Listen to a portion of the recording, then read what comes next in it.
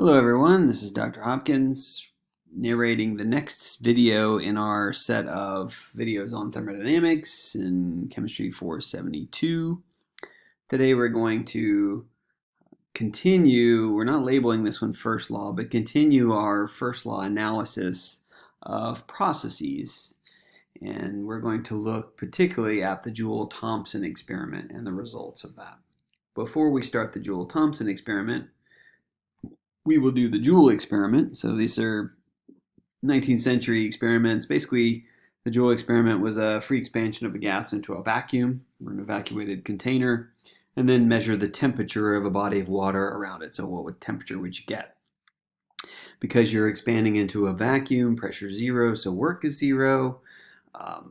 And basically the measurement turned out that the heat exchange was zero, the internal energy change was zero, and the temperature was zero. So actually it wasn't a very good experiment because it kind of it measured the null result.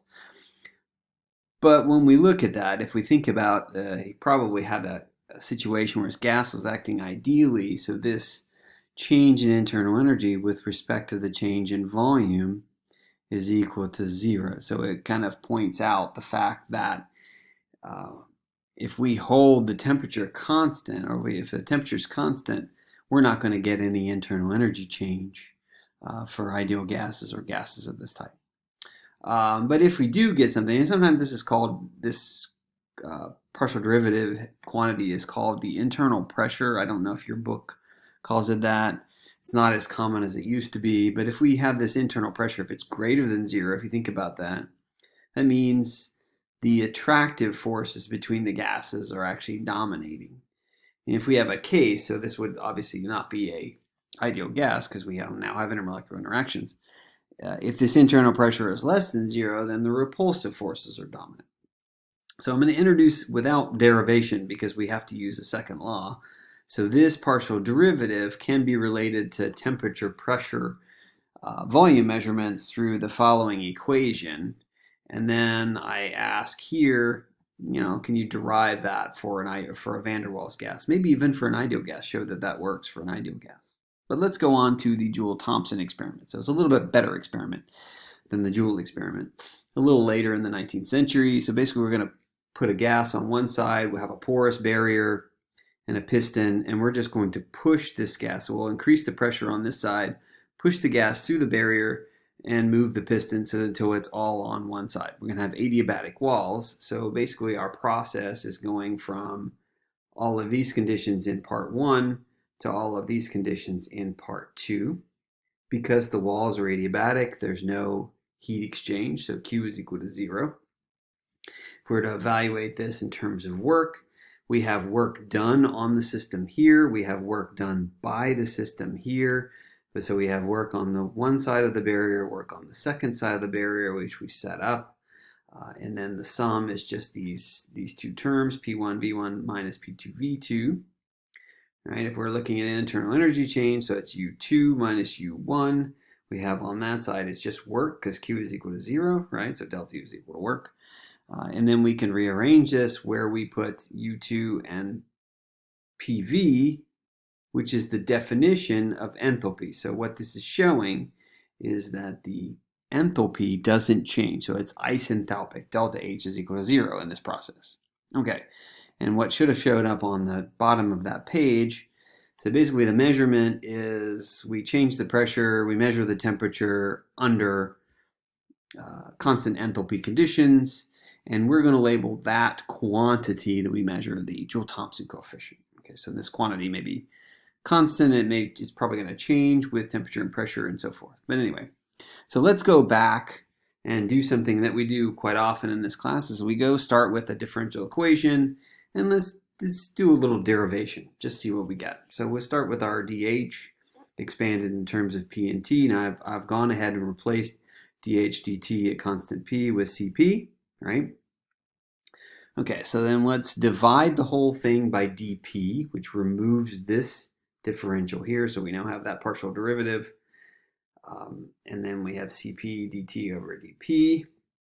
Now the conditions of the experiment are such that it's isenthalpic, so let's call any of these terms, let's put an H there, we'll make them partial derivatives now.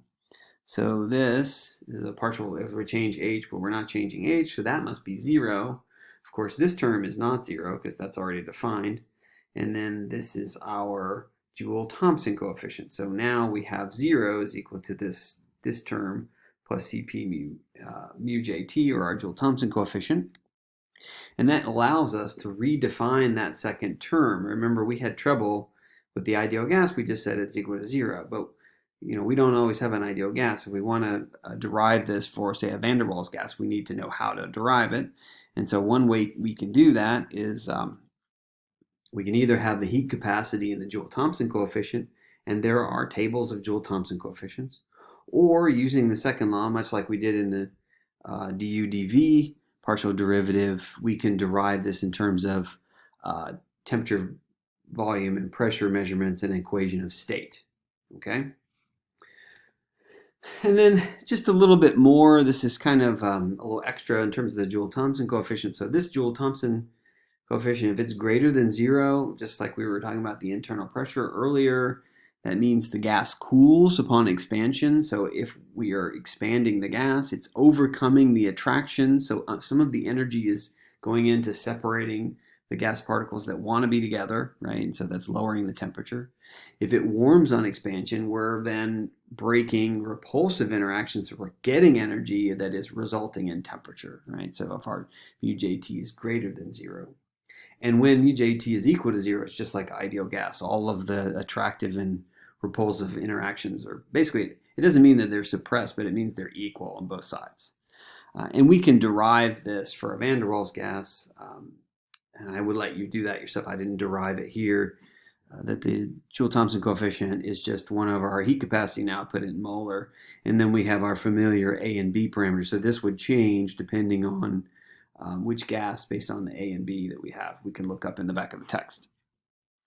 Now the Joule Thomson coefficient, no, we have equal to 0, less than 0, and greater than 0. It turns out that that coefficient is going to change depending on the pressure and temperature that you're under, okay, for a particular gas. So if a gas is greater than 0 at this particular pressure and temperature, it may actually flip to less than 0, where it warms on expansion if you increase the pressure or lower the temperature or something like this. So this is a factor that gets used in heating and cooling, and we're not going to do very much. It's kind of an interesting side note, and there's some figures. You can look them up. Wikipedia has figures, your text has figures showing how μJt changes in a temperature pressure plot and how that's used in terms of cryogenic cooling, liquid nitrogen, etc. And we're not going to focus on that. But we have now a new term, this Joule Thomson coefficient, that we can use to go back and derive a partial derivative that we had in our expansion of H for something that's not an ideal gas. So until next time.